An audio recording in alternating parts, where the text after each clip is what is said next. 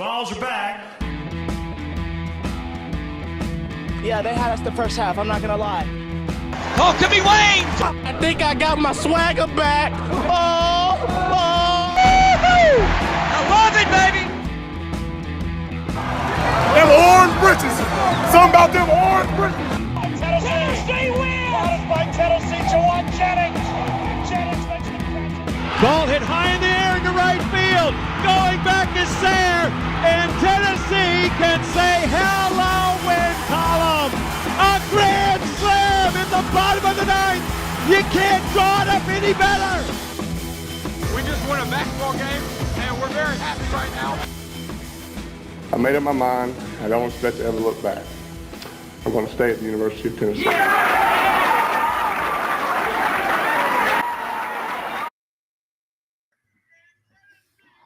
Reddit did to do, and welcome into More Important Issues. It is Thursday, March 30th, 2023. I finally got that right. The Vols are down in Baton Rouge, taking on the Tigers right now. Sorry, there was no rescheduling today for a couple of reasons. Number one, we bow to no one. Number two, we do have a great interview with Will Watkins coming up, talking NIL Volunteer Club. Excited for you guys to hear more about that. Excited to be an affiliate for the Volunteer Club. My goal, my personal goal, I did the math. If you want to fact check me, Landon, you may. My personal goal, we didn't get a number from Will, and that's okay. My personal goal, though, is a member for every person that would be in Neyland Stadium during a football game. It's almost 102,000 people. That would be a little over $450,000 a month. Now, I know what you're saying, Caleb. They're only at 2,400 members right now, almost at 2,400. That's a big goal. Hey, small steps get there, one step at a time. That's our goal. That's More Important Issues goal, though. I hope I didn't even talk to you about that. I just said it. I hope you're with me. Well, I mean, at one point we were just a couple Guitar Hero microphones and a laptop. So here we are. This is a Guitar Hero microphone.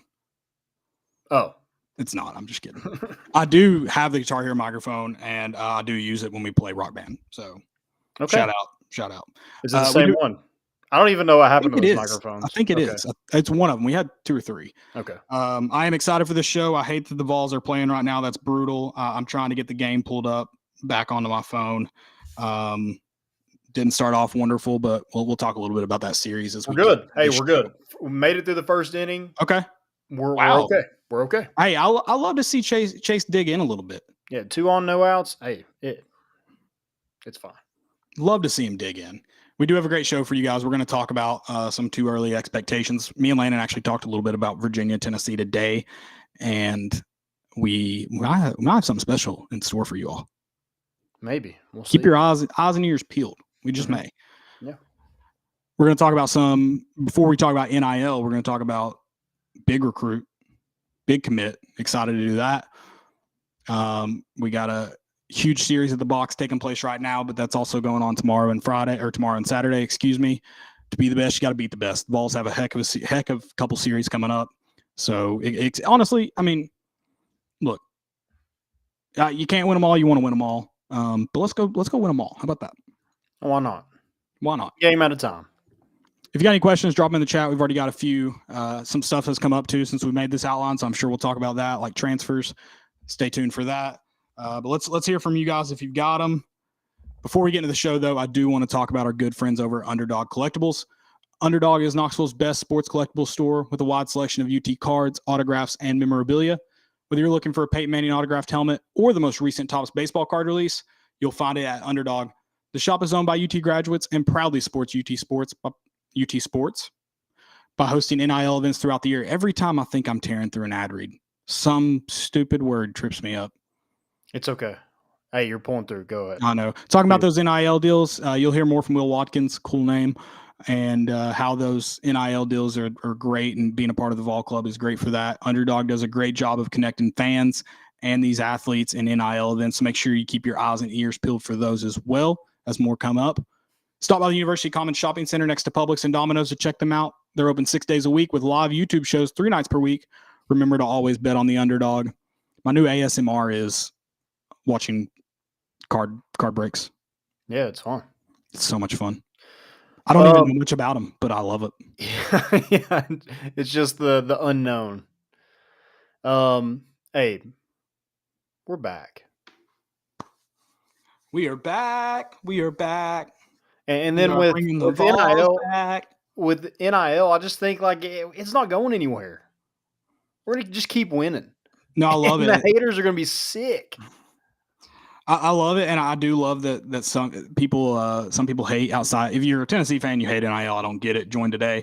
Go ahead, Dylan, send that link. Hit that link. We're gonna do it today. Join the Vol Club right now. Right now. There's so many perks. We're gonna talk about some more of those perks here in a second. So many perks. Go join right now. Yep. Right now. But I love it. Hate NIL if you're an opposing fan. You should, because the Vol Club is becoming Mr. Steal Your Girl. It's number one. Absolutely. I love it. NIL's impact, I think, isn't. Will talks about it. It's got a lot to do with coaching staff, but you can't discredit what NIL has done for the University of Tennessee. You can't. Man, I'm excited what this coaching staff is about to do though this year because I mean, new quarterback, but kind of the same, right? I mean, like it's a new QB1 to begin with, but it's a guy that's been in your program. It's a guy who's played, has experience, And can he has throw it a mile. He has the name Him as well. 2 hymns right in a row. Himothy. I love it. I also we got to find out. Joe Milton can throw an orange farther than 100 yards. We got to know what the distance is. Yeah, I want to see how far he can actually throw it from Henley Street Bridge. Oh, see if he can get it to Gay Street. What's that yardage? I don't know. I like to see. See what we can see if he can get from Henley to Gay. I like that. Yeah. Spring practice going on. And it's got me a little excited just because like there's no more positions you're like, oh my God, we're so thin at that position. No, I mean there's questions about a few of them, but there's bodies. Yes. And that's huge. I mean that's a coach going in his third year who's kind of built up this roster. I mean, 2 years ago there was no one at linebacker. And now, I mean, I'm thinking linebacker might be one of your strongest positions. When you look at Aaron Beasley returning, you got Keenan Peely, you got some freshmen last year that played quite a bit on special teams and, you know, kind of in different packages with Elijah Herring, Caleb Perry. And then you add 3 freshmen who were dominant in high school. Coming in, making an impact, and you know we'll see how much they actually get to play. But I mean, special teams is going to be there, and we'll see if there's any packages with any of those guys in it. Yeah, I think there's a lot of exciting, not only returners but newcomers, and you mentioned some of those. And I mean, Joe Milton's a returner, obviously, but I think there's also a lot of new there. Not only for the fact that he just hadn't been a starter for Tennessee a ton, but the fact that he's also seems to have improved so much since he's been on campus. It kind of feels like a new Joe. Yeah, 100%. We're going to talk about the quarterback position a lot. We love the quarterback. Yeah, it's fun. And we're going to love the quarterback even more when we get to the next segment. I can't wait. It's just going to keep rolling. Yeah, just keep rolling. I hope so. I mean, it's undeniable, not just what I think it's a big selling point to have a guy like Jalen Hyatt be as successful as he has, especially. And I think one thing that's probably not in Tennessee's favor, quote unquote, on the recruiting trail is that Jalen Hyatt he's always been a dude. I mean, he's always been lightning fast. He's always in high school. He scored and scored and scored. You know, it's one of those things. But unfortunately, for any number of reasons, I'm sure you can pick out a few, just didn't find the success that he probably thought he should have had, that the fans thought he should have had, that I'm sure the coaching staff thought he should have had. And then under 2 years with Josh Heupel, figures it out and is more than just a good wide receiver. He's the Blitnikoff winner. Yeah, the best wide receiver. Right. The best wide receiver in the country. Undeniable. He won the trophy. Marvin Harrison Jr. is a great athlete, a great wide receiver, a great football player. Ohio State fans, you can say whatever you want. There's no one in the country that's been robbed more than Tennessee when it comes to awards. Jalen Hyatt earned that award. I like that. Yes. That was our time. You know, we waited for that one. Yeah, I just think, you know, kind of looking at that the team, you look at the wide receiver position, you look at the quarterback. Here's the thing with Tennessee. They're never, under Josh Heupel, they're never going to be bad at quarterback, and they're never going to be bad at receiver. Those two positions, I feel like we're pretty safe in. Even if we don't land the top guys, I feel comfortable with whoever we got is going to go in there and make plays. Yeah, and I'll temper expectations a little bit. I'm always the devil's advocate if you're a new listener. Negaball. Yeah, I mean, I don't always expect to have a Hendon Hooker or maybe even Joe Milton. I mean, there's a guy like Nico Iamaleava. I'm trying to say it. Iamaleava. Yeah, that word. That he obviously has a ton of expectations on him, but you haven't seen him play at the college level. And even a guy like Joe Milton. I mean, you've seen 3 games as starter. Is that right? No. 4. This will be his 4th come Virginia, or this will be his 5th come Virginia. Excuse me, because he started Pittsburgh, right? He stared Pittsburgh, yeah. So yeah, this will be 4. And so there's still a lot of unknowns with him. He did quiet some of those unknowns against Clemson, one of the better defenses in the country, certainly, but the best defense in their conference. And I think he did temper some of those questions. But I think with Josh Heupel, like you said, it's always going to be good. Like I think he's going to. While, it's going to be Josh Heupel's system, it seems he's going to play to the strengths of what he has too. That's how you're successful. And so I'm with you. I'll never feel uncomfortable about who's at quarterback.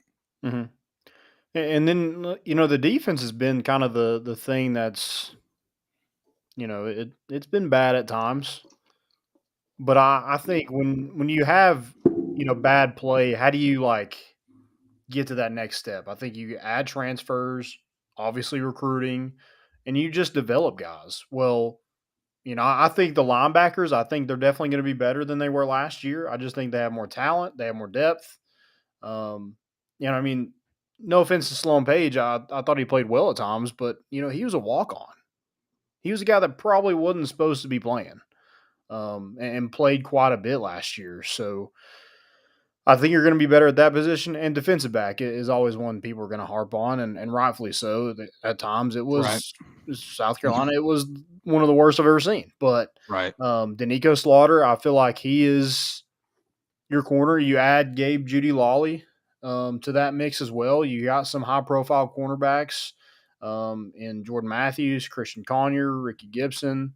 So I just think as a whole the secondary linebacker should be better. So I just think I'm not saying Joe Milton has to be Hendon Hooker, but if he can if he can replicate some of that Hendon Hooker had last year, I don't see any reason why this team can't duplicate what they did last year.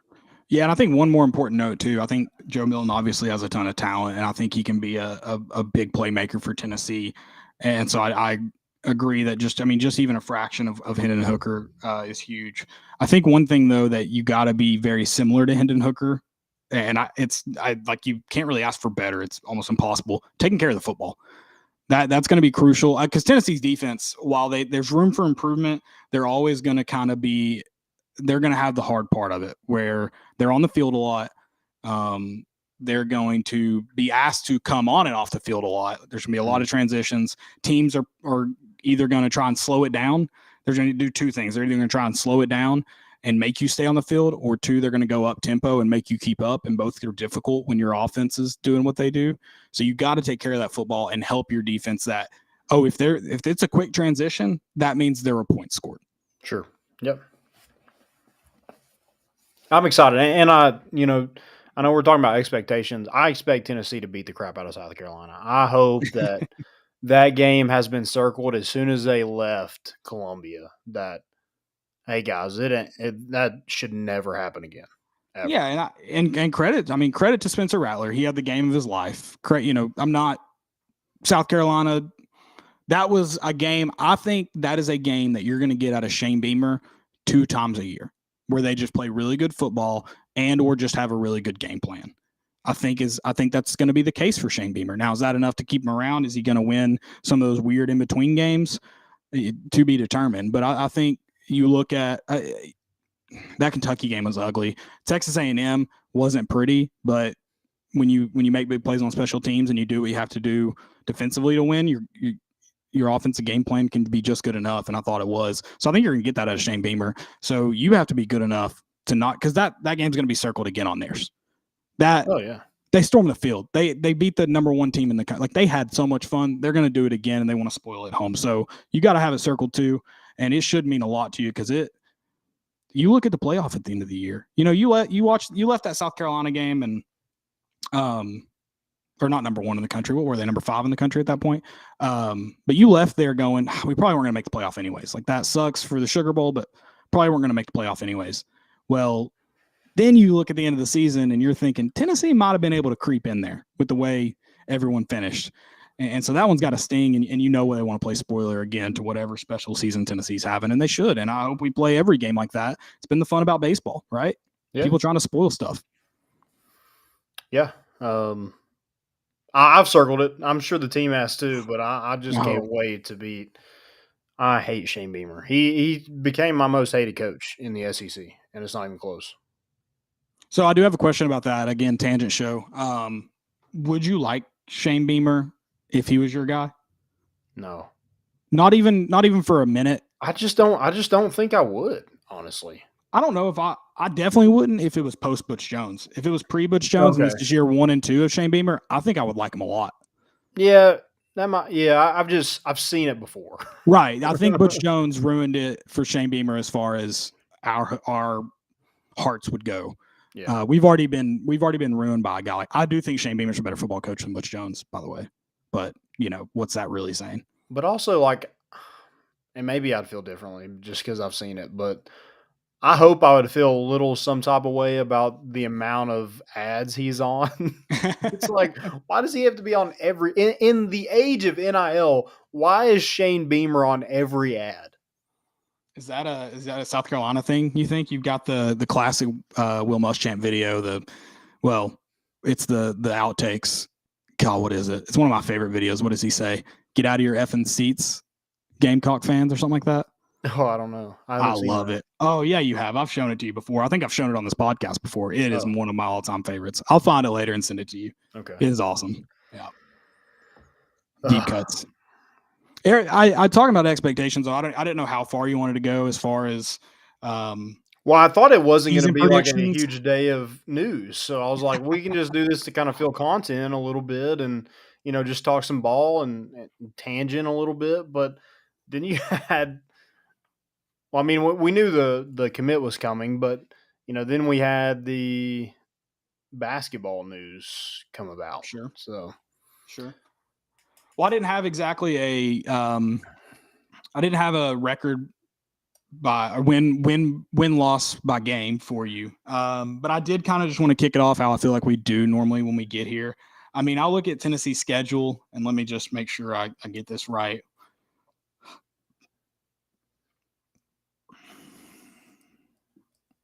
I see 9 wins there. Pretty easily is not the right word because there's SEC schedules or SEC games tucked in there. I think Kentucky's a worse team than they were last year. Okay. But I also think that they are a question mark for me on being worse because I think Devin Leary's a good quarterback. That's fair. Worse may not be the right word. I don't think they're any better though. That's I guess what I should say. Chris Rodriguez is done, right? I believe so. Okay. But so worse may not be the right word, and I was going to kind of because it wouldn't make sense with my second part of that. I don't think they're any better. You do play them at home or at Lexington in pretty much November, October 28th. It's going to be cold as hell. It always is. It's probably going to snow. Sure.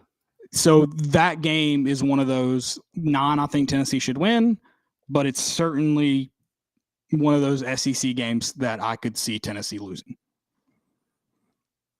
Yeah, I mean, Tennessee, luckily, like we had pretty good weather last year in the offense that we run. And not to say that they can't, but spreading it like in a torrential downpour, spreading it out and trying to run the ball, I mean, good luck. Yeah. So, yeah, it's going to be different if it is bad weather. Like, how does that team respond? Well, I think Vanderbilt kind of answered that question, but it's also Vanderbilt. So that's true. Yeah. I forgot that we played in that game. But They did score 50 points. So, I mean, I'm not discrediting that Yeah. offense can still move. Don't get me wrong. It is Vanderbilt. You didn't We have did to play have much defense. like 6, or not 6, probably 4 like long running touchdowns. Yeah. And you just don't see that a lot across college football, is just long rushing touchdowns. But Tennessee somehow, knocked it out of the park against Vanderbilt. Fastest show on grass, baby. Florida's another one of those SEC games. I know you, with your true hate for Florida, I know you know they're bad, but you also maybe think they suck. And I just don't know if Florida's ever going to, while they struggled last year, they should have been a lot better. Who's their quarterback? Good. It's going to be dude from Ohio State. Is it Ohio State? Is that where he's from? Maybe. Not. It is a train. Oh, it's Wisconsin. It's got to be him, right? Oh, it's Graham Mertz. Graham Mertz. That's right. That's right. And I mean, you just have that talent pool that it's always going to be a question mark for me. But I have it as one of those. I have it as one of those wins. Yeah, it's in the swamp too. That makes it more. That's going to make it more difficult. Well, I mean, you look at Florida, Alabama, Georgia, all those guys, and Georgia's going to be good. Whoever that they place at quarterback, but it's still going to be somebody new. It's not going to be Stetson Bennett. You got a lot to replace. Now, they did the same thing that they did last year, and I'm sure they'll reload, but it is a new quarter. I like Tennessee's quarterback in Joe Milton than the rest of the SEC, right? I mean, who? KJ, maybe? I just wanted to kind of run through it before I say yes for sure. But I mean, like, Alabama's got somebody new. I like Joe Milton better than Ty Simpson and Jalen Milroe. I mean, maybe I'm sure I know. Yeah, maybe I'm saying differently, but and then nobody at Georgia has any real experience. No. So if I'm going into the season with a guy with experience, I think Joe Milton's probably one of the LSU does get Jaden Daniels back, a guy that seemed to kind of settle in his own. Yeah, but I think I'm with you in that. I think Joe Milton right now, you're talking about Jaden Daniels, who had a good back half of the season, but I still think I'm taking Joe Milton right now, especially that Orange Bowl performance. Yeah. Well, I mean, even you don't play Jaden Daniels or LSU unless you play him in an SEC championship. Right. No, I was just running through the whole SEC though, but yeah, I mean, Texas A&M, I don't care who they're playing, and that's a game that I think it's good that it's at home. I like it better than if it was in College Station. But another game that I have as a win that I think could easily be a toss up because it is an A&M team that has talent. Like whether you talk about how it's been coached, the fact of the matter is that they're going to have talent across the board there, and that's always dangerous. I mean, I'm hoping that the Bobby Petrino, Jimbo Fisher mix-up is just super toxic and they don't get along and egos clash. That's my hope, because those are two football coaches that have been incredibly successful before. And if they find a way to figure it out, I mean, good for Tennessee in the future maybe, because maybe they give trouble to Alabama and LSU and beat up on them too, but for this year, if those egos get set aside, could end up being at least competitive. Yeah, I would just like to boat race them. Oh yeah, I mean, yeah, for sure. I don't think they don't have the quarterback right now to do that for sure. No.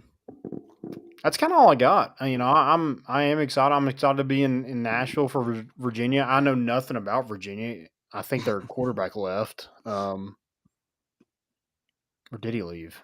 Did he leave? I think he did leave. Yeah, I believe so. Tony Elliott's another good football coach that I think he just took the wrong job personally. Hate it for him. Could have been us. I do have a stupidity while we're here to read off, just because it goes kind of with those expectations. And I don't know if you didn't give a team a reason, if a team didn't have a reason to be mad at you, or maybe they already had a decent reason and being an in-state rival, maybe don't give them more reason. Vanderbilt linebacker CJ Taylor, interviewed by Vandy 247. I'll just read this all out for you. Vanderbilt linebacker CJ Taylor emerged as one of the Commodores' top players in 2022 with 59 total tackles, 7 tackles for loss, 5 pass breakups, 2 defensive touchdowns. A source in Vanderbilt's program told 247 Sports that the Commodores believe in-state rival Tennessee tampered with Taylor, attempting to get the McMinnville, Tennessee native to enter the NCAA transfer portal and join the Volunteers. Taylor was asked Thursday whether that claim is true. Yeah, there were some conversations there, but I'm glad to be here. Maybe throwing out those tampering violations. Maybe don't give Tennessee. I don't know. You just got your brakes beat off of you, Clark Lee. What are you, CJ Taylor? Do you not remember the absolute just skull fill in the blank for all the kids listening? It's a much nicer word that Joe Milton delivered you on a rainy day in November. Was that fun? Do you want that in Neyland? What do you do? Like, just so dumb. Why?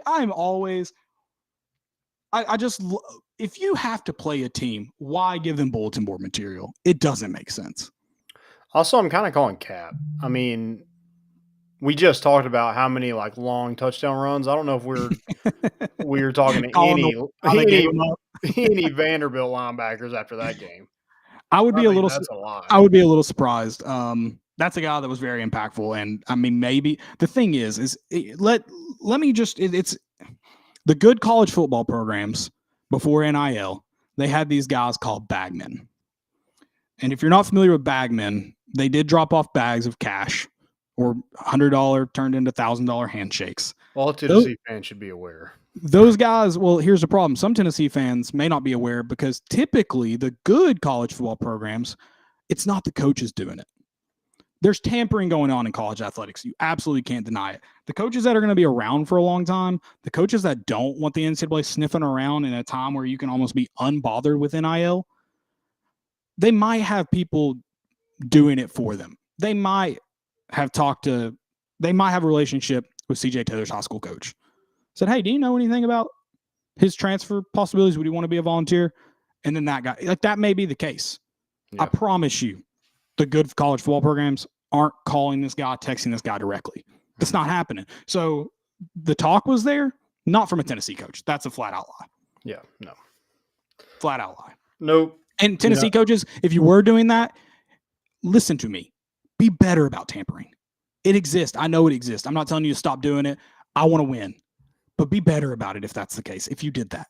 Yeah, we still got the NCAA sniffing around. There's no way a coach is doing that. Yeah, it'd be very dumb. Very dumb. So floor and ceiling. I think you're back at like 10 wins ceiling. I think it's just tough to overcome Georgia and Alabama, two solid football teams, a year in, year out, regardless of quarterback situation. That's going to be tough to overcome. Alabama's away. You do get Georgia at home. I think your ceiling, though, let's call it 10 wins regular season. I think your floor is absolutely – it's 8. And I think even then there's going to be some questionable stuff happen. But you're playing – If you go 8-4, people are saying like, what was that? I don't disagree with that, but you do have to be reminded you are playing in the SEC. I mean, Nick Saban was really close to winning 8 games this year. Yeah, that's true. I think it can happen, but like when you're talking about who your losses are to, I know, yeah. Like if you're losing to Kentucky or and Texas A&M or Kentucky and South Carolina or any combination of those three, I think people are just like, this is a step back.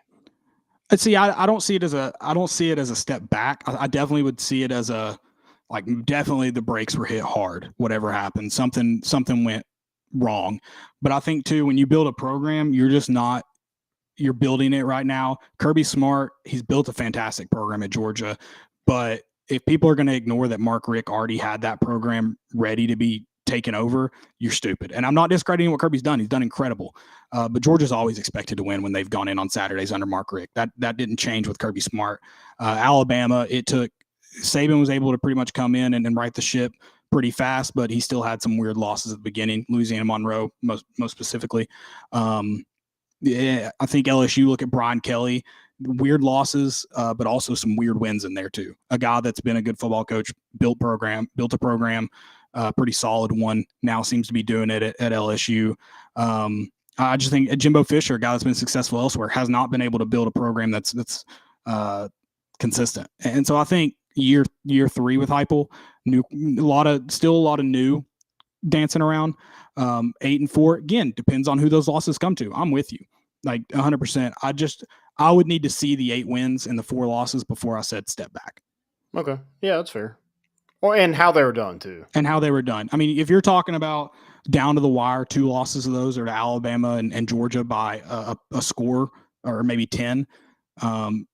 I think maybe you're questioning that. If you're talking about a call not going your way, and maybe it's bad football like Purdue, but the call didn't go your way at the end, you lose that game in Lexington at Kroger Field.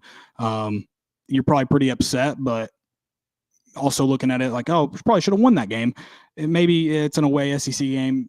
Like you're not calling it a step back. That other loss, let's call it to A&M, and maybe you get outworked and the talent does just shine, because there's still a talent. Let's go look at the recruiting classes the last couple of years. There's still a talent gap between Tennessee and A&M, like no doubt. And it's a game where maybe you get out athlete and comes down, again, one score, 2-score game. Well, I mean, I don't think it should be the case, but I think that I'm not saying they could beat us in the trenches. I don't think anybody.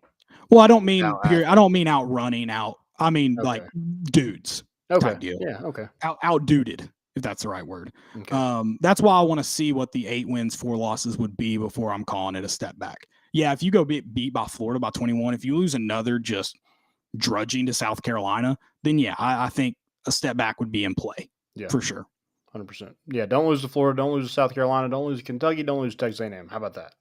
Yeah, I would love that. Don't lose to Vanderbilt. Actually, if he breaks off Vanderbilt, give CJ Taylor a signed football after. Call that tampering. There you go. I like that. All right, let's get into got some big news today. 4-star quarterback Jake Merklinger from Savannah, Georgia, committed to Tennessee. Number 7 overall quarterback in this class. Number 66 player in the class. So, I mean, what a job by this staff. Had him on an official visit last week.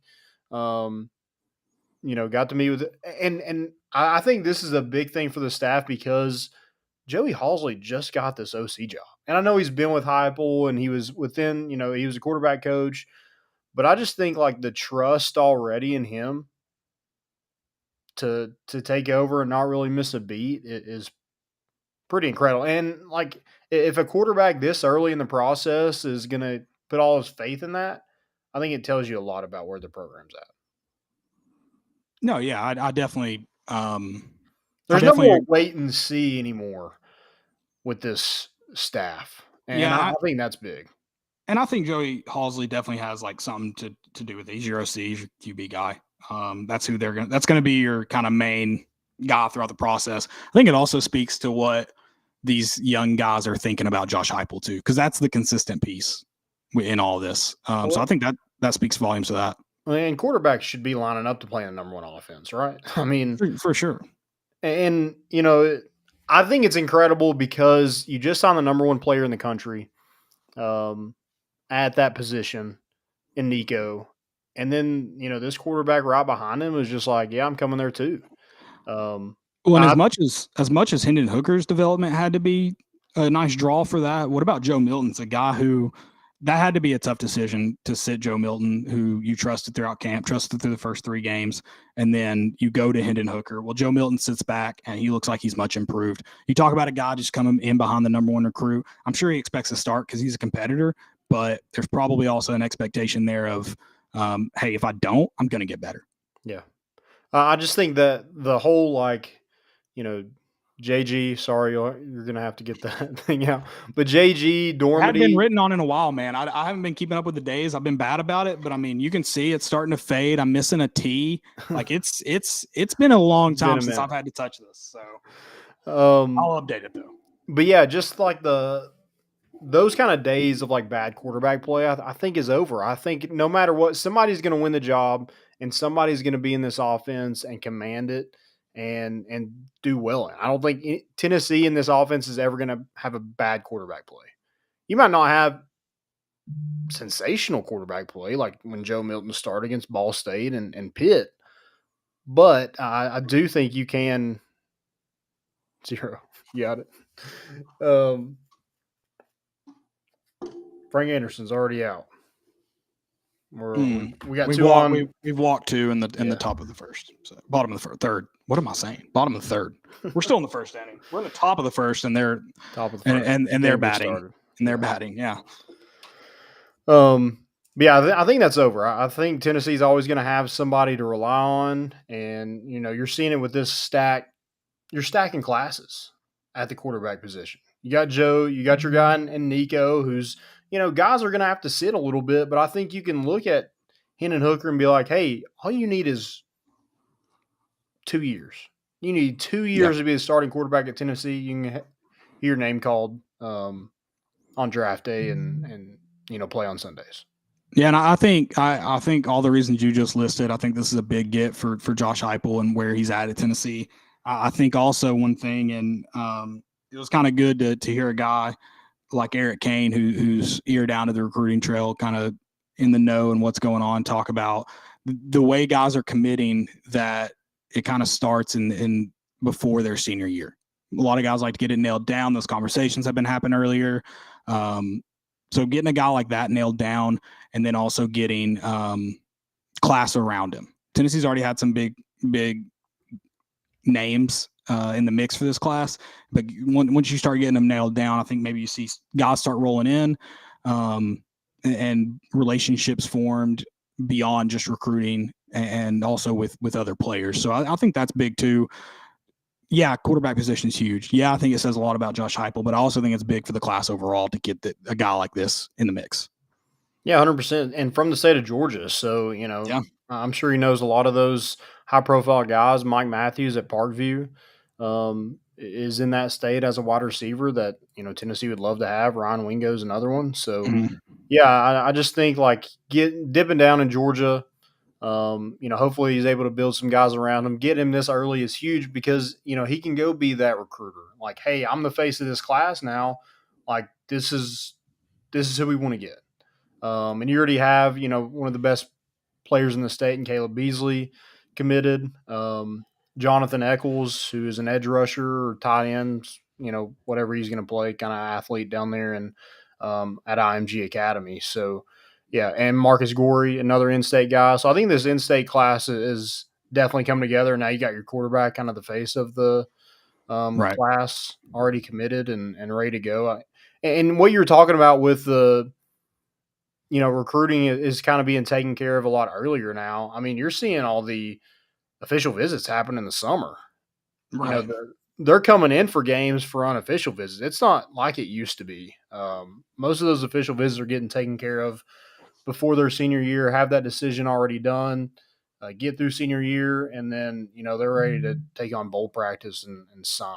Yeah, I was going to say that's definitely part of it, is those moving up, getting on campus. And it's kind of cool to see, like you mentioned, the official visits happening. And you'll see some of these guys on campus this season for games.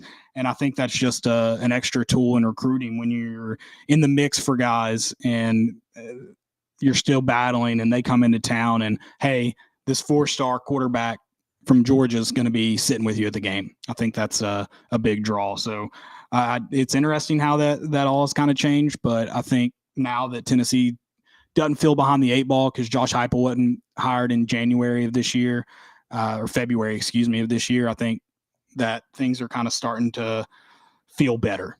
Yeah. And going back to this kid a little bit, he's super athletic, can throw the ball a mile, and he also plays basketball and lacrosse. I just like guys that play multiple positions. I just think that says a little bit about them as a competitor. Mm-hmm. So I like it. Christian Moore just turned a nice double play. Yeah, I like it. Yeah, on third. Was that Trey Morgan at bat? Yeah. It was good to get him out on a double play. It's got to feel good. Keep battling, Chase. Dig in, baby. Yeah. Dig in. All right, what we got now? So before we're going to go to NIL, but before we do that, we've got Will Watkins joining the show. Landon's going to tell you guys a little bit about it, the volunteer club. Like we've said, we're affiliates with them now. We're excited to work with them. Hopefully get a little partying in with them too at tailgates. He mentioned how much fun tailgates are. I can't help but agree with him. So yeah, man. Go ahead. What were you saying? He's a man of culture. He knows. Yeah, 100%. Yeah, guys, go check that out. We will tweet out our link.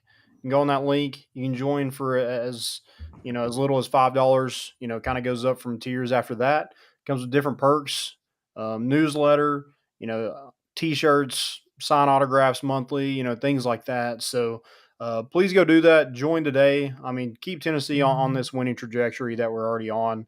And, it's going to be a lot of fun to do. So do that. And it also comes with, Caleb mentioned tailgates and events. There's a lot of perks for the fan out there, and 90% of this goes directly to the student athlete. So you're going to find a lot more here in a second from Will Watkins, but yeah, go check that out. And you mentioned perks. Another thing, let me run to their Instagram page just so I can nail this down so I don't botch this.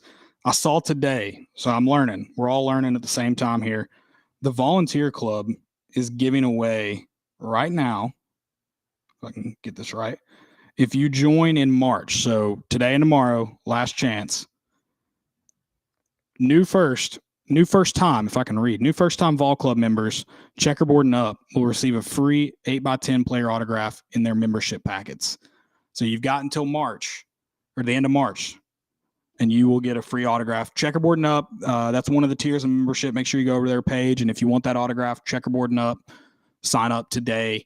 Tomorrow's last day. Better get that in. Yep. And here's our interview with Will Watkins.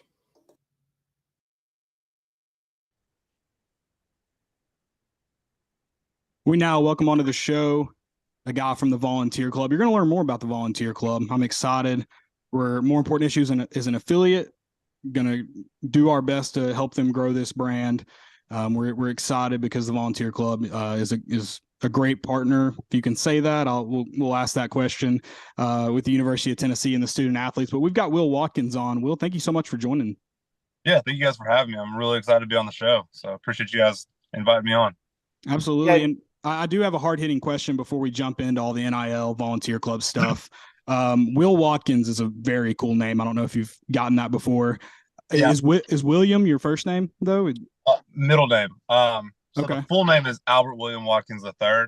So I really missed an opportunity to be like a lawyer or something way more prestigious than this. So, well, that's William Watkins sounds like, I don't know, baseball name for sure, but definitely a baseball name in a movie. Like if there was when I was growing up, I used to always want to be William Wallace because I thought like I was a conqueror. So there's that plays into it.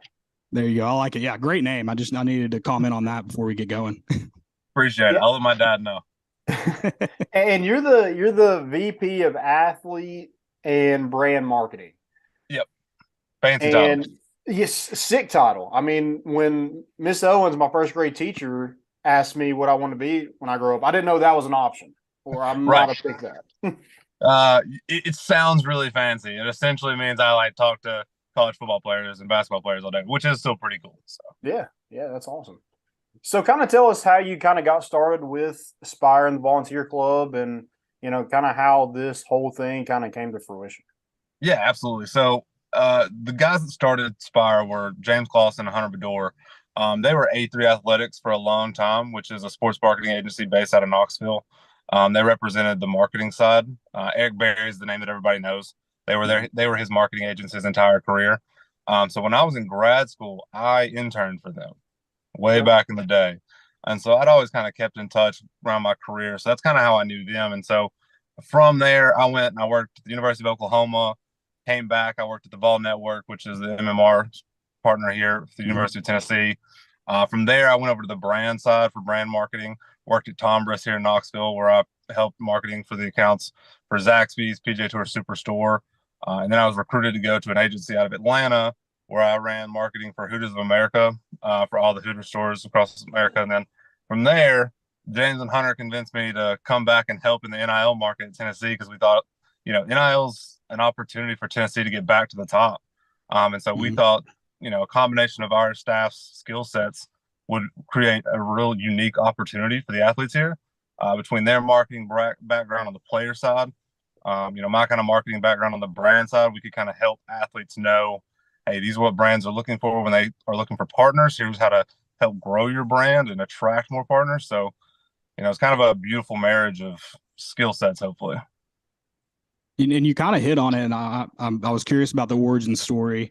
When did you guys get going, though? NIL everyone kind of saw it coming, but it's still not really. There's still a lot to iron out. There's wrinkles in it. So what was that kind of origin story like beyond just saying, hey, this is what we can do?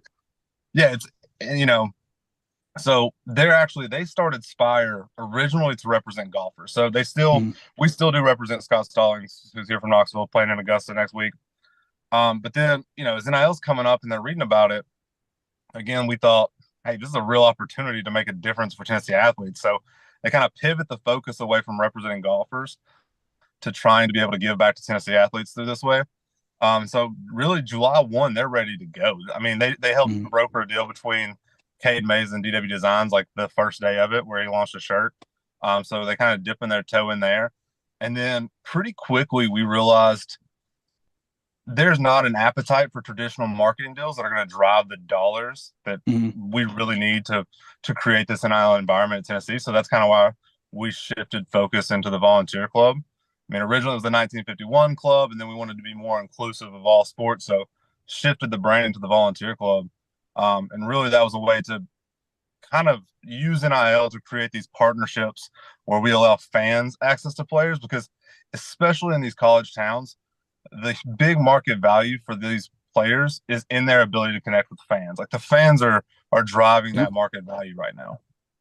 Absolutely. And I'm sorry, you'll learn we're a tangent show. We get off on tangents. You mentioned Scott Stallings. What's the verdict on Scott Stallings' second? I guess he's not technically a second like you are a third, but is he gonna caddy down at Augusta? Do you know? I think that's the plan. I hope so. I mean, we're gonna be replaying and reliving the glory days of that beautiful shot of him holding the flag pin all week. So I hope we get an updated version of that.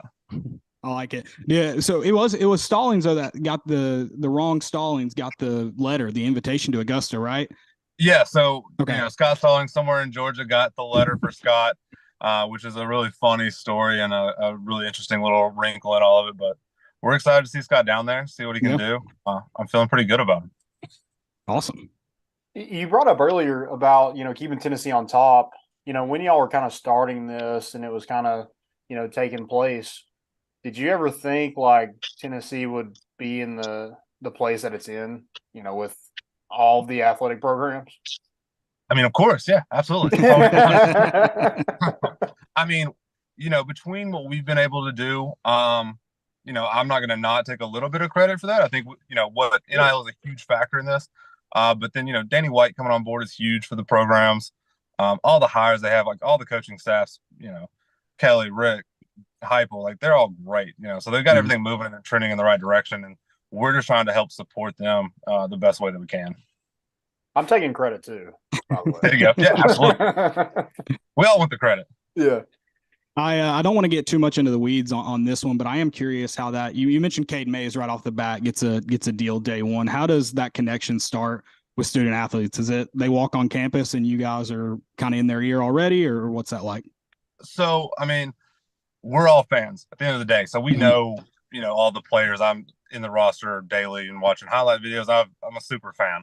So we know, all the players. And so we try to make ourselves as readily available as we can, and try to field their calls, reach out to them, it could be either way. Like I could call a guy could call us and want to be involved, either way it works.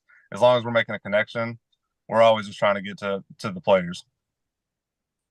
So like when like a group of players are signed to a volunteer club, what does that kind of mean? So it varies a little bit. It depends, it's kind of evolving all the time.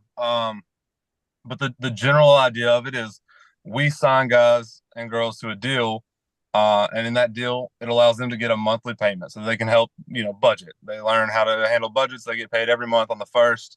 And then as part of that, what they owe us are, appearances, social posts, autographs. And that kind of allows us to then go take those assets and pass them on to third-party businesses. So if a local business wants to get, Brew McCoy or, Squirrel White, they can call us and be like, hey, I don't know how to get to them. I don't know how to pay them and make it compliant, all these things. Can you help? And we're like, absolutely. What are you looking for? And so then, we have these assets already paid to guys. So it allows us to kind of bridge the gap between what a local business might have for the athlete and the actual market value of what they're looking for. So that way, our goal was always to provide enough money for these guys in these deals so that they're comfortable, and we don't want them chasing every appearance downtown, cutting every ribbon for $25, trying to scrape money together for a meal. Our goal is to allow them to be selective and be the ones that can make the most impact in the community. Yeah, I think that's interesting with the communication, because I guess what what I'm getting is like it can go from both ends. Like a player can reach out and be like, I want to work with this business, and y'all can reach out to that business. And same thing with the business, they can reach out and say, I want to work with this player. I mean, our goal is to be a one-stop shop for NIL for everybody in the state of Tennessee and the Southeast. Really, if you need help getting a Tennessee athlete, we want to be there for you. And if you're a Tennessee athlete and you want to work with a business, we want to be there for you. So anything anybody needs, even if it's just, hey, you want to learn more about what NIL is, we want to be there to give you a call and walk you through it all. And I know we do have some business owners or maybe just decision makers here that listen to the pod. So anybody that wants that kind of deal and maybe doesn't, like you said, it can be difficult, I'm sure, to navigate like that. Players may not know all the answers either if you contact them. So best thing to do is reach out to the volunteer club and get that ball rolling if you want a player to represent you all, right? Absolutely. I mean, there's not a ton of rules in the NIL as far as like what you have to do, but there are rules, and we've worked really hard to learn what they are. So we want to make sure everybody stays compliant and stays within the guidelines. So we're here to help. And another thing I wanted to ask too is, and you kind of went into it and it was interesting, and I definitely understand it, just haven't heard it articulated. There isn't, I think people have this misconception that a lot of athletes are going to be like the Bryce Youngs that get signed to 7-figure deals, or any of these other athletes that you've heard the crazy numbers, quote unquote, from. Obviously that's not only unrealistic for just even the best athletes at some schools, but it's also unrealistic for the other 90 rostered players. How important is that membership that we're going to talk about later on too in this show? How important is that to keep NIL at the top at Tennessee? I mean, it's vital. I mean, it's what separates us, I think, in my mind. You know, every school has a billionaire. We hear a lot of times like, oh, this is the billionaires thing. Like the big donors can handle it. And like, yeah, everybody has their role, you know, but like the difference in a Tennessee and an Alabama or a Georgia or a Florida is the passion of our fan base. So if you can have 100,000 Tennessee fans join the volunteer club, yes, that provides a lot of money for the athletes, but it also, our goal is to create a membership that provides a lot of value for those fans. Like when you sign up for the volunteer club, our goal is to make the volunteer club so awesome as a fan club that you don't even realize the money's going to the athletes. That's a secondary thought. What you're thinking is like, I love this community of Tennessee fans that I'm getting to know. I'm getting to go to these tailgates. I'm getting an autograph from this player. This is awesome. Oh, and while I'm doing that, I'm helping support us win. That's what we're looking to do. Yeah, and there's so many great perks within each of those tiers. But I do want to ask about the 90% going to the players, and because I think it is kind of, people are kind of weary, especially now with inflation, the economy. People are weary about giving money. So like 90%, like what does that mean? I guess is what I'm asking. So the 90% is 90% of every fan dollar through your membership goes towards players. So last year was technically 92% or 93%, something like that. We did a little audit and talked about it on one of our podcasts, but 90% of every membership dollar is then turned around and gone back to players. And then the other 10% is what we use to pay salaries, operation costs, but it's also what we use to put on tailgates. All of our events comes out of that 10%. Okay, cool.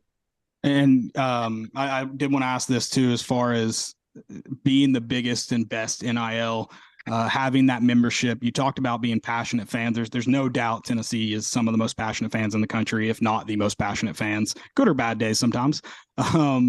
What, in your experience, is there, when players are making decisions, are they aware of the collectives and their size and their, I guess, their brand?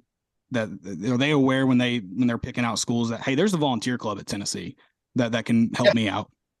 I mean, I think all the players, I say this all the time, kids are so much more in tune with things than I think a lot of adults even are. Like they're early adapters. So like, I think they're all very aware of what's happening. And so our goal is to, you know, create this NIL environment for our players here at Tennessee that, you know, it's impossible to ignore. You have to know that it's here because of what we're able to put out. So yeah, I think they're all very aware of it. And that's our goal. We want to do so much for our current student athletes that it's impossible to ignore. Yeah. And I think too, that's if Tennessee is going to continue getting these guys on campus, keeping these guys on campus when it comes to making professional decisions. I think we talked about credit earlier on in the show. You feel like you get a little bit of credit when guys stick around when you're paying. I think so. And it was one of those things. Me and Landon talked about it when we started giving to the volunteer club, that if we want the best, like, we've got to be committed as fans too. We can't just expect someone else to kind of pick up the slack. And the perks are awesome. I'm wearing my Comfort Colors t-shirt right now. So, I mean, the perks are awesome too. I've got a Cade Mays autographed photo that came with it. I've had to trade out More Important Issues koozie for Volunteer Club koozie every once in a while. You guys have almost got me on some of the shopping discounts. I do have to budget sometimes, unfortunately, but they're awesome. I'll get there. I'll make the purchase one day. But the perks are awesome. But I like to feel that I'm giving my all for Tennessee. Well, yeah, and I mean, again, that's what we're looking for. We're always just trying to build this community of fans that, we're making cool merch. Hopefully everybody likes it. And so, again, the whole point of the volunteer club is to create this Tennessee community, provide you guys with merch that everybody likes. Because at the end of the day, we're all Tennessee fans running it. And so we want to make and create stuff that we want to do because we're just like y'all. Everybody's a fan. Yeah, and Christian Moore is supporting that beer barrel shirt. He's in front of the we gotta pod, restock so it's very hard for me to look at that and not buy it every single time. The only issue I have with that photo shoot is Christian Moore looks so good in it, and I can't possibly compare. It's really insulting every time I put mine on. Oh, so it's a little false advertising. Like, we won't look that good. It's tough to look as good as Christian does. I'll give him that. And I know we've kind of gone around this, but I do kind of want to get your, just in your kind of own words too. Two-part question. How or why does the volunteer monthly membership matter to the Vol Club? We've talked about 90% goes to the players. What is that $5, $25, $100? Like, why does that matter coming in monthly? I mean, the big one there is, the more fans we have, the more money we have to give to athletes. It allows us to not only create great opportunities for all these different athletes, but it allows us to bring more athletes into the fold. And the more athletes that are getting paid, the better for everybody's program, honestly. So we need those $5, $25, $100 a month members because it creates recurring revenue. And so it allows us to forecast, and create the sustainable model. The big thing everybody's going to be talking about, congressional hearings this week, sustainability. And if you're relying on one big donor all the time, that's going to eventually, things can happen that can go away. But if we create a sustainable, model through the volunteer club, you can't beat that. Absolutely. And then second part to that, we talked about the perks, but why does it matter to the fan? Is there anything else you kind of want to add to that? Yeah, absolutely. I mean, the whole goal again with it is we want to create this community there. It's impossible to deny. Between our tailgates, one of my favorite things we've done is really launch into the tailgates last year and going every week and seeing people show up and see somebody they met last week at the tailgate, and all of a sudden they're friends. Or we're in an away game at the Pittsburgh game, and people meet and like they're getting in group texts, and then we're building this community of fans. It's my favorite thing. I mean, we're at the end of the day, every Saturday we're all bleeding orange together, no matter where you're from, what your background is. On Saturday we pull together, and I love that we've been able to kind of foster that community through the volunteer club. So we'll see you in Nashville, is what you're saying. Absolutely, yeah. Love it. So, and what's the history of the bus? How did that come about? I loved your all's trek to Pittsburgh. That was fun to keep up with. Oh my gosh, that was miserable. The worst ride of my life. My back still hasn't recovered. If there's a chiropractor out there, call me. I could use some adjustments. So that one's funny because I hear this a lot as a negative. People are like, they're spending our money on a bus. We did not buy that bus. A donor gave it to us essentially to advertise it. They wanted to sell it. And so they were like, why don't you guys take it? Take it to the tailgates, like show it around. Maybe somebody will buy it. So they donate to us, and it's been incredible. We pack it full of beer and drive it over to the games and unload it. So it's our tailgate bus, and it's an incredible tool for us. But I will never ever drive it to Pittsburgh again. I promise you that. So it's just a giant cooler. Why are people mad about that? If it's bringing the beer, why are people upset about that? Yeah, if you happen upon it, there might still be some in there, so please don't break into it. Well, that's something we haven't mentioned too, and you guys have it on your homepage.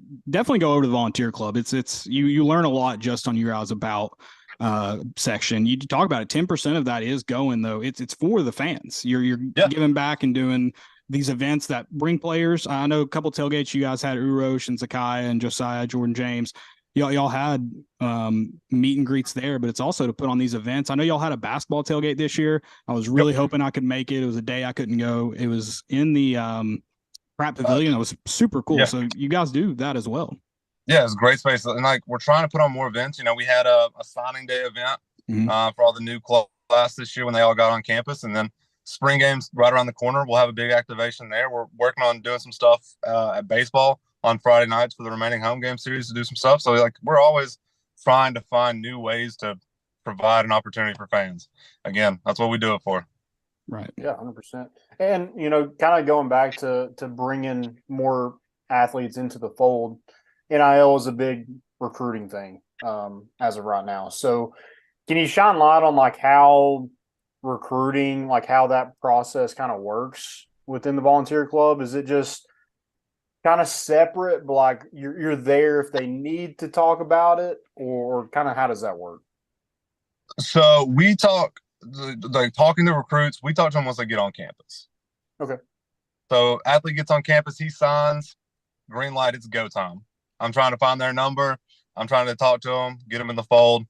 So again, that's our dream there is as soon as we can get them on campus, green light, we'll try to track them down and get them signed up.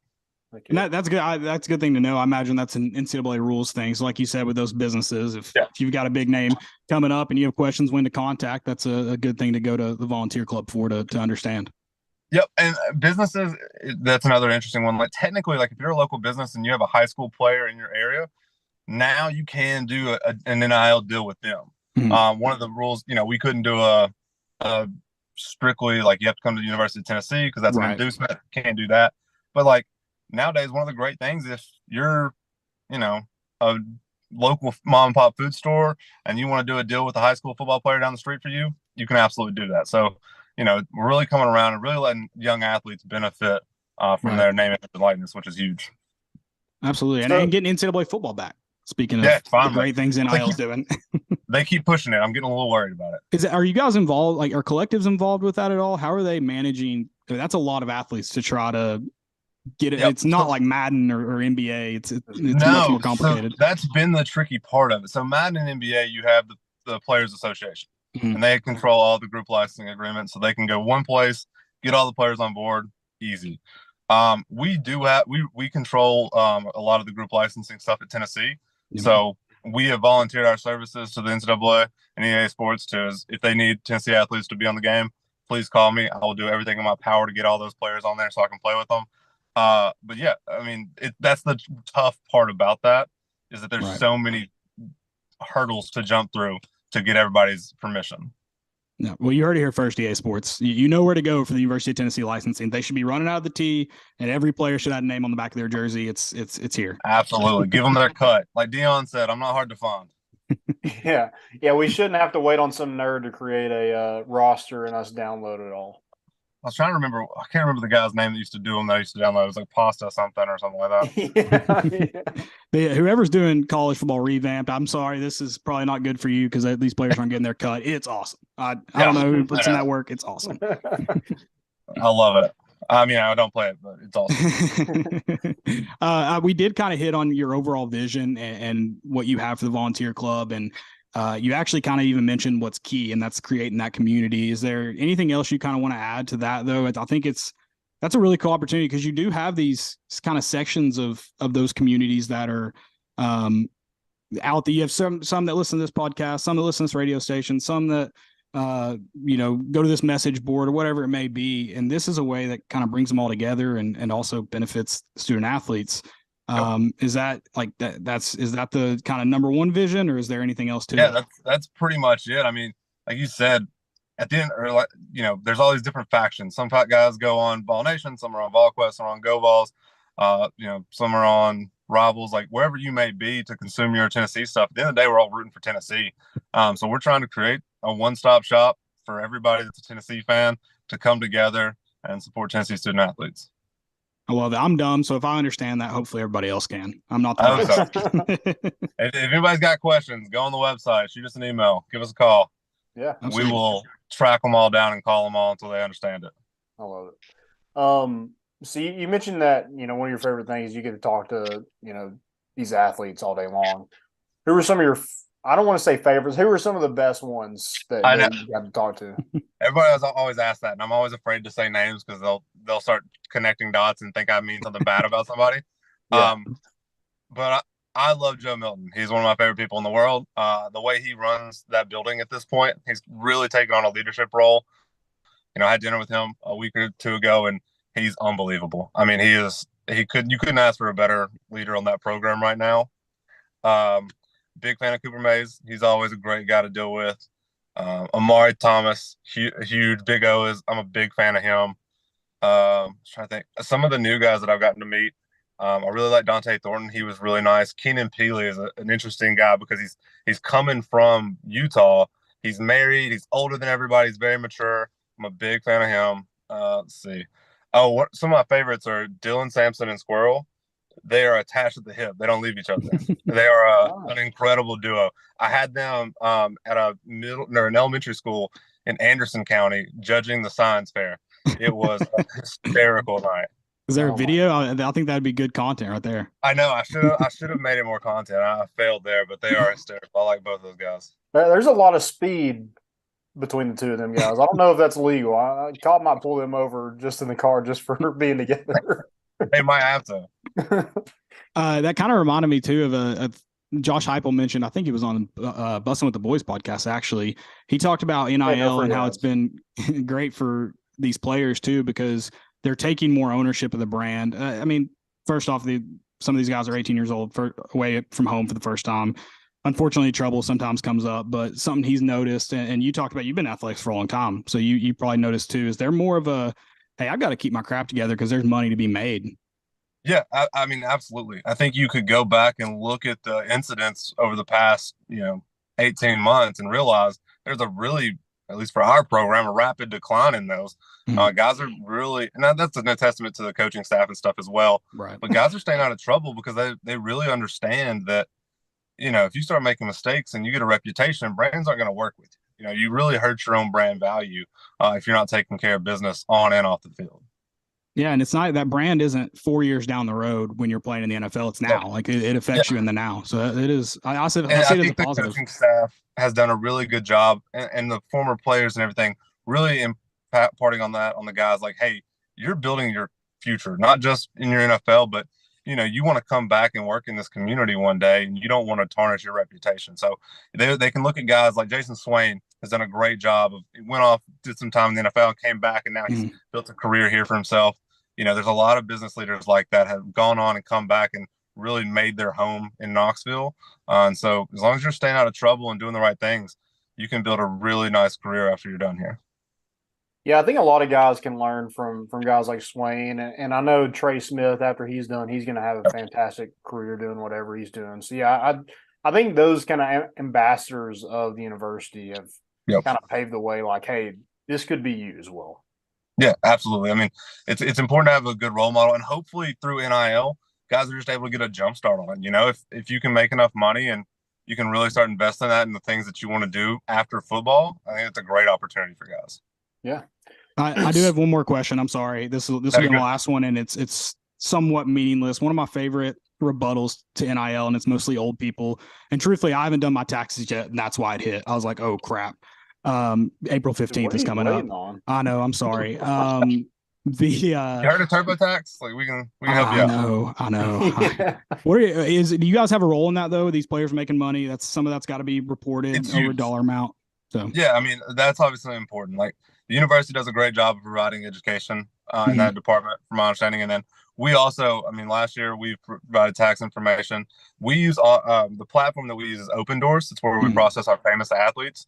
And one of the main reasons we do that is because it takes all the 1099 forms for them and then delivers them all in one place for those guys. So it makes it as easy as possible. There's a lot of tax opportunities there, and there's a lot of tax aid through that site. And then, if any of the guys reach out when the tax season comes, I'm more than happy to have connected them to a tax professional if they need some help with it.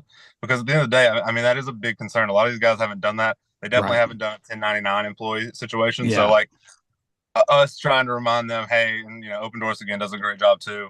There's a 1099. Here's your tax forms. This is what you're going to have to know at the end of the year. So it's a big factor, but there's a lot of education out there for those guys if they need it. Yeah, it's been my favorite rebuttal from typically the older crowd. So yeah, what about taxes? Yeah, we're all paying them. Don't worry. Yeah, somebody's got to pay for that retirement. My last question, it's kind of a two-parter here. Is Joe Milton him? And then Himothy. I like that. I like that. And then Tennessee LSU, who you got this weekend? It's starting. I guess it already started. Yeah, I hope this doesn't make me look bad, but I'm going Tennessee to sweep. But first question, Joe is the man. I couldn't say more. I think he has an incredible year. And I kept telling him when everybody was hyping up Will Levis and Anthony Richardson that he should be their number one fan because everything people say they do well, he does better. He's bigger, he's faster, he throws the ball further. So that's all they can do. And he can, again, do that better than they can. So that's a hell of a spin zone. That is beautiful. That's what we're here for. So I love Joe and everything he's doing. I think he's going to have a great year. I can't wait to see it. For baseball, I'm going sweep against LSU. They're terrible. Chase is going to take care of it on the mound tonight. I got Griffin Merritt hitting 2 home runs, and I got Dickey hitting 1. I like Griffin Merritt because he has gone lower in the batting order this week. So when Zane didn't move to the 9-hole on Sunday, he went 3 for 3 with 5 RBI. So I like that. Griffin's my guy. I'm a big fan. He's old too. He's an old man too. You're a big fan of the old guys. Oh yeah. Well, they're a little more mature. They're easy. They respond to me better. I don't have to pretend I know what's going on TikTok when I talk to them. I like Will Watkins. Great name. Better sports predictor. I love this. Let's keep it rolling. Will, we really appreciate you coming on, talking about this. Hopefully next time we have you on, we can just talk ball. Everybody will get a grasp on NIL and the collectives and everything, and we can just talk ball for 30 minutes. I love it. Let's get on here and talk ball, talk spring ball, see what everybody's shaping up, see where everybody's coming on. So yeah. Do you have any questions for us? Kind of shifted a little bit. You good? All right. Yeah. The street lights came on. It's time to go home. That golden hour's over. Gotta go inside. Yeah. Playtime's over. All right, Will, we appreciate it, man. No, thank y'all for having me. Have a good one. See you. That was Will Watkins from the Volunteer Club. Appreciate him hopping on with us.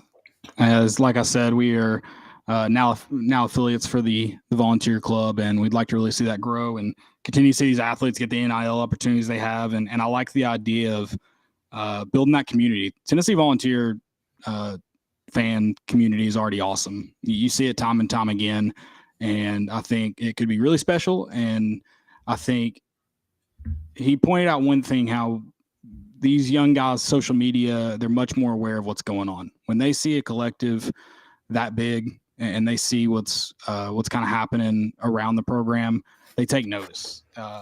These football recruits have taken notice what baseball's done, what basketball's done, baseball recruits, vice versa. So it's awesome to kind of see what Tennessee's building here. And Will Watkins, great guy, and he knows ball. Tennessee just took a 1-0 lead in the top of the 5th, 2 on. Love it, baby. 2 on 2 outs. 9-hole hitter. There's something about the 9-hole at Tennessee. I don't know what it is the past couple of games, but Christian Scott with a single with 2 outs to bring in Jared Dickey. So, God, let's get a win, baby. The guy knows ball. I'm loving what we're seeing right here. Keep the good vibes coming. Come on, I need to see some good vibes in the chat. Give me something. I'm a panic guy. I'm feeling good. 1-0. What's the most dangerous? So it's kind of a dumb saying. I don't entirely understand. Actually, I could actually break it down for you, but I still think it's dumb. So people say the most dangerous lead in soccer is 2-0. Yeah, no, 2-1. Now I'm forgetting it. 2-1. It's 2-1. I'm sorry, which doesn't really make sense, but. I could break it down for you and kind of make it make sense. Is there a most dangerous lead in baseball? With playing LSU, every lead is dangerous. I like that. Let's build this lead and make it less dangerous. It's got to get better as you score more, right? Got to. Yeah. Okay. Yeah, we'll feel better here soon. We are going to go ahead and get into baseball. This is an exciting series. It's at the box. That is a hell of a park, man. I mean, when you talk about some of the great parks in college baseball, unfortunately, I've only been to Lindsey Nelson, but seeing some of the things that come out of places like the Dude, you've got Ole Miss with the beer showers, just a tradition unrivaled in college baseball. You've got down at Bluebell, the ball champ, ball 4, ball 5. I think it got up to ball 12 one time, which is insane. Mm-hmm. And then LSU, two jumbotrons, right? Yeah, 2 jumbotrons. And a Tiger out front. Yeah, I mean, I don't know. Whatever. Cool. I rode that Tiger, so yeah. They talk about hold that Tiger. I rode that Tiger. You held it for sure. And I mean, but it's just, I think it's awesome to Tennessee's obviously still a team that's kind of on the rise as far as being a program. They put together the seasons in the SEC, but as far as being a program, still kind of piecing those together and becoming that. If you can go in and get a win at somewhere like the Box this weekend, go in and get a series win. I mean, talk about continuing to boost that resume. You swept it. Confidence is going to be through the roof. You beat a LSU team. LSU is a blue blood in college baseball. Yeah. So having their number for the past few years, I'm sure LSU fans have been circling this one since 2001 when Paul Maneri was crying in the dugout after we swept them. Said it was a 2021 environment. Yeah. Okay. What'd I say? You said 2001. I thought you were going to talk about the SEC championship game of football. I was so scared. 2021. It creeps in. Those losses creep in, man. Yeah. You never forget them. 21. And then we got them last year in the SEC tournament. I mean, this is one that they're kind of waiting on to get back at us. And, they've put together a really good team. And, adding Paul Skeens, who's dominating right now, Tommy White. And then you already had Trey Morgan and the best player people were saying ever in college baseball, and that's Dylan Cruz. Yeah, and Tommy Tanks is probably the most well-deserved nickname of all time, by the way. I hope we beat him this weekend. I hope we take it away, but it's a well-deserved nickname. And that's another thing, going back to that 2021, you get them twice. That they came to Lindsey Nelson Lindsey Nelson in the regular season too, right? Yeah, we swept them twice. Okay, I was making sure I wasn't crazy. I mean, those are two huge, not just for your season, but for your program. But obviously, those are at home. It is a different environment. So if you could go and replicate any kind of that in Baton Rouge, that's just another elevation. Good Lord, you see the line drive up past third. Yeah, I mean, I'm excited. We've tweeted out the series that are left ahead of Tennessee. I mean, talk about a gauntlet, but if you can come out of there, you might have some blood, you might have some scrapes and bruises, but maybe you can say, look at the other guys, and that would be huge. And this is a series no one's going to give you a chance in with the team LSU has put together and some of the struggles Tennessee's had over these past couple weeks. So I think it is a great opportunity for Tennessee to go out and show exactly how good they can be. You come out here with a series win, I mean, no one from here on is going to ever doubt you. Tennessee has the talent; they just got to put it together a little bit. I mean, and it's not going to be like dominant like it was last year. I mean, you're seeing Chase Dolander; he just had his first strikeout last inning, right? But continue to piece it together and find ways to win. That's what good teams do: find ways to win, and you're going to have to find ways to win this one against LSU with. You've had a runner on basically every single inning with no outs and gotten out of it. So hopefully they're able to get out of this one. Yeah, and I'm glad you mentioned how not many people are giving Tennessee a chance in this one. 11.7, they do a pick 'em each week. Tennessee LSU is on that pick 'em. 82% have LSU winning the series. 82% of the public. So not many. And I would take a good guess if you ask 82% of them. Another at least 80% are saying sweep in this one. Tennessee has been. I'm not saying disappointing is not the right word, but underwhelming when they've gone up against competition, I guess is the right way to say it. Yeah. So yeah. Until last weekend, that was the question: can this team, beat a good team? And even then, I mean, that A&M team, that A&M just school is on the ropes, right? They lost a midweek to Texas. Yeah, I mean Texas at home. Yeah, they are at home. They still won from LSU. No, for sure. But you got to call them out for everything you can. Texas A&M has become one of my – love their fans, by the way. But anything that comes out of those sports programs, I despise. See, I think I lump in the yell leaders with the fans. So I'm opposite. I lump them in with the school. I do. I think they're all in one. That's fair, but you aren't. People hate Tennessee because of the fans, so I can do the same thing to Texas A&M. Oh, I'm not saying you're wrong for hating the fans. Oh no. Yep. There's that 1-0 lead gone. But yeah, I think being in College Station after that Tennessee game, those are the nicest people in the world. Definitely culty.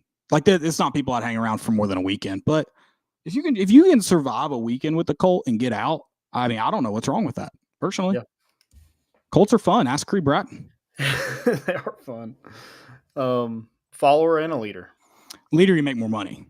Right. Follower, you have more fun. Right. I met the leader. I met the leader of their cult that night. I get it. Let me tell you that. I get it. He's a talker, man. Salesman. Butch Jones salesman? No, way better than that. Oh, okay. Let's get into a little bit of basketball. Yeah, let's talk basketball real quick. Had some news. Before we do that, Bat Flip Monday night to recap this SEC series against LSU. Make sure you tune in. Landon and Dylan. Landon don't want to sell his own show. I'll sell it for him. Bat Flip Monday night, 7 p.m. Appreciate it. Tune in. Yeah, it looks like we're about to I guess we're not making a pitch change. Frank Anderson's just coming out. Looks like Howerson's up in the bullpen, so yeah, we'll see how this one turns out with Trey Morgan up to bat. We need a lip reading on Frank Anderson. He just dropped a. Surprised I didn't blur his face for that one. I don't know what it was, but it was aggressive. Can't imagine it was FCC friendly. Get it together. All right. Yeah, so we had some news today. Olivier Kumar is in the transfer portal. Very interesting. It is weird. I mean, I didn't really expect him to be back at Tennessee, and I don't think anybody really did. But for him to go somewhere else is a little weird to me. I thought he would just go overseas and, make a little bit of money. Here's the thing about Olivier, and I saw somebody tweet it earlier, and I thought it was funny. They're like, somebody's going to get a really good player for 4 or 5 games next year. I mean, yeah, inconsistent. I mean, the guy can play. It's just inconsistent, and it sucks because he had some big games. I mean, that Duke game, that Texas game, those are memorable moments. If he puts it together, if he can play, I'm not saying he has to put up 27 a game, but if he could consistently score 16, 17 points a game and be dominant on the boards, I mean, he's probably getting a shot in the NBA. Yeah, I mean, I almost said before you rattled off 16, 17, he's a guy that I think has the ability that he should be scoring 15 points, 6, 7 rebounds a game. I don't think that's out of question for him, and just couldn't put it together for his time at Tennessee. And it's unfortunate. And I mean, this is I think one thing to forget, everybody wants to overreact. This is a guy that could still come back. Transfer portal doesn't mean you're gone. It is like, I mean, it probably means he's gone. This, if it was an NBA test the waters there, I would say more leaning towards coming back. With him being in the transfer portal, I think leaning towards him being gone. I am interested to see who's interested in him, because I think there's value seen in him. He's a guy that's what is he listed at, 6'10" or 6'10"? Yeah, 6'8". Oh, is he just 6'8"? Just listed at 6'8". 6'9". Big guy, long guy, can play out on the perimeter, both offensively and defensively. He has a nice turnaround game when it's there, and so I'm really interested to see what that draws, who's drawn to him, and kind of seeing what that happens. Because I think that tweet kind of sums up his career at Tennessee. But every college coach is going to like the veteran guy. Every college coach is going to like the length he has. So now that doesn't mean they can either take him because of scholarships or even necessarily want him, but they're going to like him. Mm-hmm. Well, we've talked about it on this show. It's time for Tennessee to have some new blood in this program. And, if you're able to replace him with – here's the thing. Toby Watkins is on his heels. I mean, if Toby Watkins can get any kind of offensive production, he's a better player than Olivier Kumar. Yeah. Because he's consistent. He's a consistent rebounder. Olivier is not. Olivier can have 27 one game, but he's also that next game, he's going to give you like 4. Right. I think what you said with the new blood, I think it's just this isn't not upset that he's leaving. I'm a little surprised. I thought he would be a guy that would come back, but I think it's just time. Yeah, time to part ways. I agree. I mean, I rooted for him, and I think he's a likable dude, and I think he brought a lot when he brought a lot, but when he didn't, he just didn't, and it stunk. And yeah, I mean, I don't really know what else to say about that. Yeah, he was just a frustrating player to have when you don't know what you're going to get from not in and not out. Yeah, I mean, if you like Uros, I mean, you kind of knew what you're going to get. Well, and another thing too, and it's kind of you're victim of circumstance. Just this team too. I think if Kumwa has a guy next to him that can be a little bit more productive, he's not asked to do as much, and he can kind of find a place that he probably does fit better. Mm-hmm. But the fact of the matter is, Tennessee needed someone that they could go down to in the paint in tight situations, and thankfully he was that guy during Duke. But going back to when he wasn't that guy, he just wasn't, and Tennessee needed him to be that this season, and he wasn't that for 34 games, however many we played, which is unfortunate. But I mean, I think if he does find a place that he doesn't have to be the guy down there, I think this is a guy that could find a better situation potentially. I do. Yeah, I agree. Yeah, not a huge loss, I don't think. I think it was kind of time to part ways anyway. And what does suck, and I think Tobe Awaka could step up into his role with guys like Tobe and then Jonas Adu kind of coming into their own a little bit more. I think maybe next year could be a time if they step up that Olivier Kumwa is a little bit more sure and confident of who he is as a player. And then I don't think it's any secret that Tennessee needs a bucket getter. You tweeted it, and some of the replies were absolutely hilarious. Someone who can dribble and drive, like that's.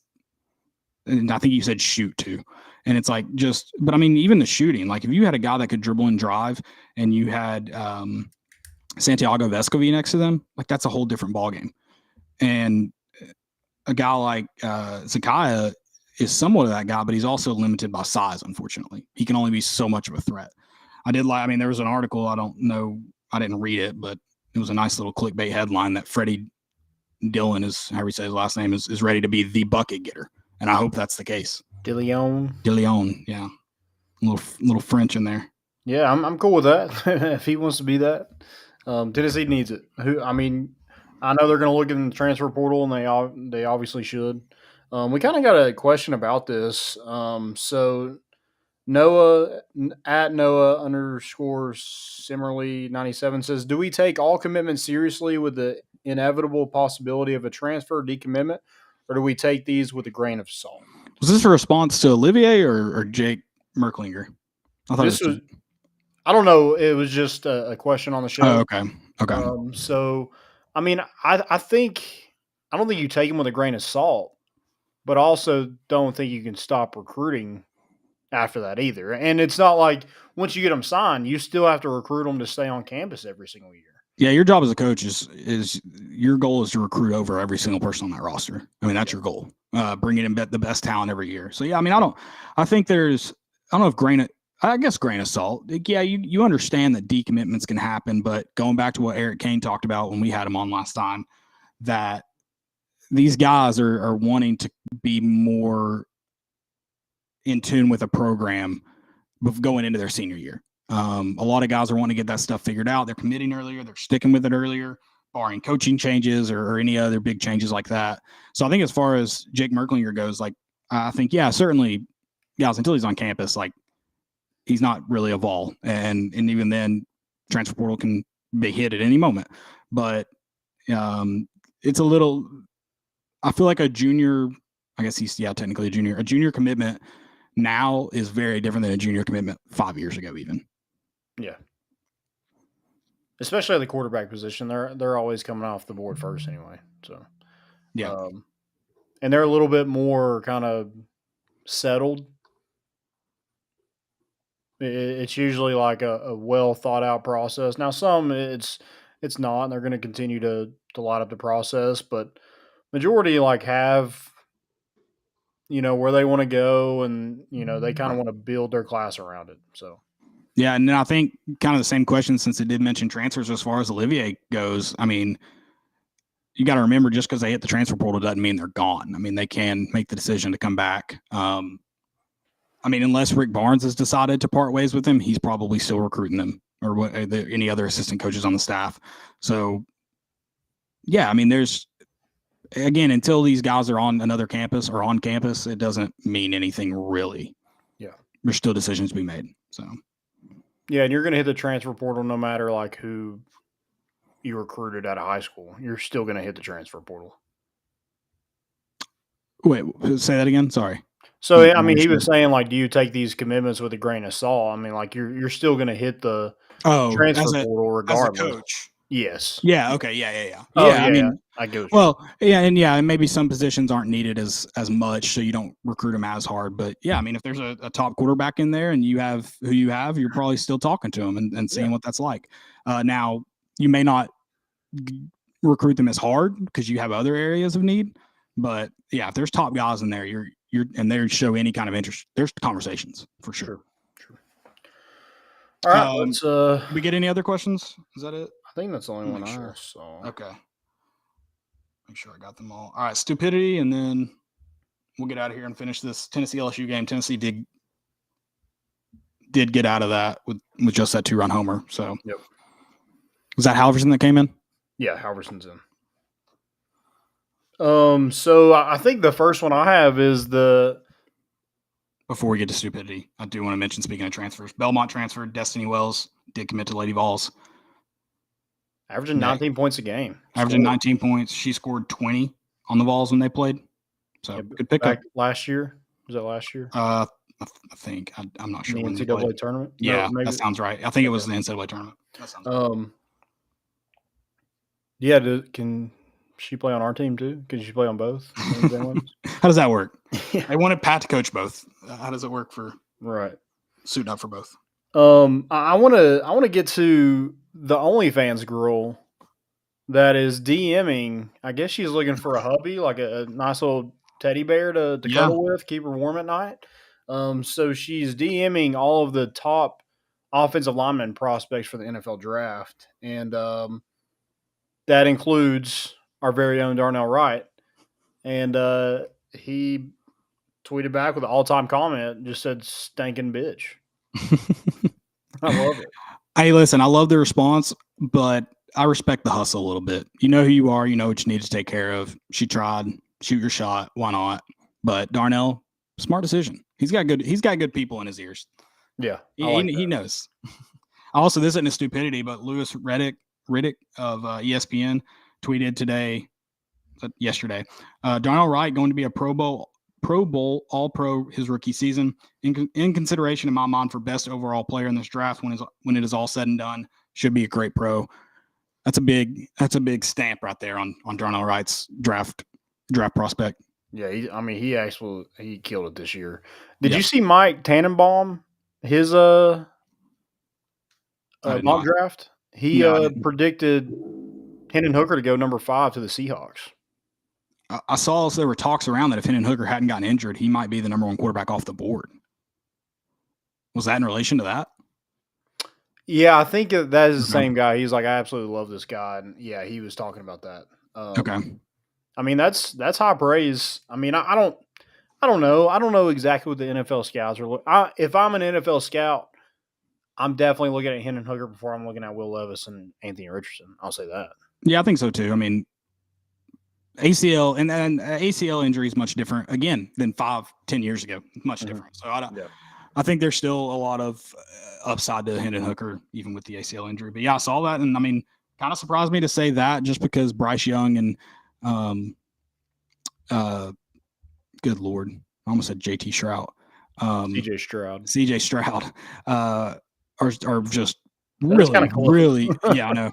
Really, really good prospects. And I mean, nothing against Hendon Hooker. I mean, those dudes are just not only freak athletes, freak quarterbacks. And I think Hendon Hooker has certainly put himself up in that category, but those guys have done it for a while in college too. So that surprised me a little bit here. Yeah. My first stupidity is I've got 2. Jay Billis. All of a sudden, Jay Billis now thinks the NCAA needs to make rule changes specifically to address the physicality of the game. This guy's been a college basketball analyst for how long? I don't think I've ever heard him say this. Yeah, he's looks like he's still upset about the Duke game. Parents turn down the volume. We already lost the hero of the Duke game in the portal. Parents, turn on the volume for just a second here. He sounds like a baby back bitch with all this whining about it. I guarantee you, we could find a tweet or a mention on his show, something, how he cries about how the game isn't what it used to be. It used to be much more physical and take, much more physical strength and mental strength than what it is now. I guarantee it. And now he's wanting to change the rules to make it softer. I hate. So that foul that I said should have been called on Vescovi because they call it all the time. I hate the hand check rule. I think it's dumb. I think there's obvious physical contact that shouldn't be allowed in basketball. But when guys are using their arms and hands to no separation and force the offensive player places, that's basketball. I hate that rule. And I'm sure Jay Billis has said that at some point. And now all of a sudden he wants it tighter. Also, how many more fouls can we call in a basketball game? Seriously, if he wants it called any less physical, teams are going to need 12 solid players to finish games, especially in the NCAA tournament. Yeah. God, what a freaking deep shot. Dadgummit. Yep, close. Had to hit it to center field, huh? Yeah, Dylan Cruz.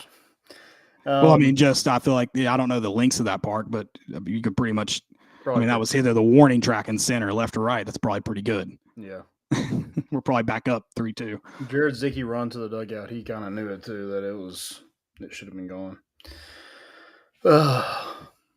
Yeah, I don't understand Jay Billis and why he's been such a crybaby. I mean, if it was any other team, he might have some sort of leg to stand on, but since it's Duke, everybody's just like, dude, stop crying about it. Just own up to it. If we were on the other side of this, I'd be saying the same thing. But you know what I'd have followed it up with or start it with? I'm a Tennessee fan, and this is why I want it done. Well, and I'll say it right now. I think Tennessee benefits from the physical brand of basketball. But here's the thing. Tennessee, listen, every game is officiated different in every sport. It's the human element of the game. If you go out there and every coach in the locker room in some form or fashion says the phrase, go hit him in the mouth first. That's just part of sports. You create the physicality. And if the refs are going to let you play physical, you play physical. Rick Barnes isn't Urosh is an outlier of any Rick Barnes team at Tennessee. Urosh made dirty, that play. I don't even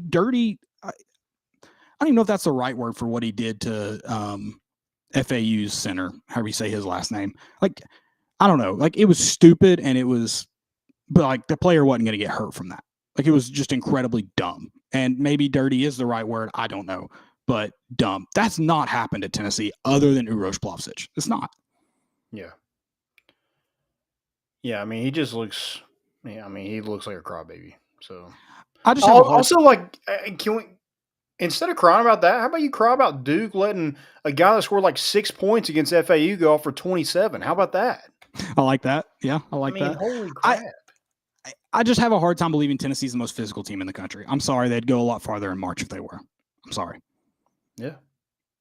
Every year, I'm sorry. So I don't want to hear that. Also, Lamonte Turner got the softest foul call I've ever seen in NCAA tournament history called on him. So don't act like games aren't called tight against Tennessee. My last stupidity, it's almost just, stupidity isn't necessarily the right way to say this. It's just funny. So we talked about Texas A&M and Texas. Did you see the streaker? Actually, there is a stupidity in this story, but not what I'm going to show. He's a streaker, or streaker's not the right word. I don't think he was naked. That'd be really dumb if he was. He just he was a pitch. It'd be a pitch invader in soccer. He was a diamond invader in baseball. Solely storm the field. He did it by himself. So the just bad broadcast timing here. You've got the announcers talking about it, and ESPN, and every broadcast network now refuses to show them. So just bad broadcast timing, but one of my favorite 2-second clips to come out of this week. Here you go. Now we've got some idiot on the field. So that idiot, I guess who they were referring to is Jim Schlossnagel. I think that's how you say his name, the A&M coach. Just poor timing. I mean, I like to think they were talking about him in my mind. Oh yeah, they definitely were. Also, I actually like Schlossnagle. well, I just thought that was funny. That right, I mean, just perfect timing. The stupidity of that part is the guy that did it was a Texas A&M cross country track and field guy that probably had his scholarship revoked, kicked off the team for that, which is interesting. Yeah, also, Which I mean, you kind of have a lot to lose if you're just they might have been paying a very small part of his scholarship, but that's still cash in pocket, bro. Yeah, I wouldn't get arrested over it. Yeah, and I mean, I saw a lot of people speculating that maybe he was no longer on the team, and so didn't feel like he had a lot to lose anymore as a student. But A&M, I don't know much about their rules. Obviously, for football players, not as strict. But for cross country runners, they're probably a little bit harder on. I got to imagine that at a place that they were like Army Corps originally, and then all the cadets and stuff, they probably have pretty strict code of conduct there. So just really dumb to potentially get kicked out of school for do it at a football game. That's what I'm adding to that. If you're gonna get kicked out of school for it, make it a little more memorable. Or do it with somebody else that's slower than you. Yeah. Well, apparently he made it out of the stadium, and then when he jumped the fence, the cops were just waiting on him. That's apparently I don't bad getaway plan. That was terrible planning. Yeah, you didn't have the driver ready. Just bad. Yeah. That's all I got. Do you have any more stupidities? No, that's it for me. It's been a fun show. It was good to learn about NIL. Kind of on the long end tonight, but we learned a lot tonight. We're excited to help the volunteer club grow. Make sure you guys join today. Check out Underdog Collectibles. Either check them out in store, YouTube channel. A lot of great stuff over there. Great people over there. Excited to work with them as well. So make sure you check all that stuff out. Yeah, guys. Thanks again. Have a good Friday. Good weekend. We'll see you back on Sunday. And hopefully talking about Tennessee winning the series. So we're bringing the boat in, and we out.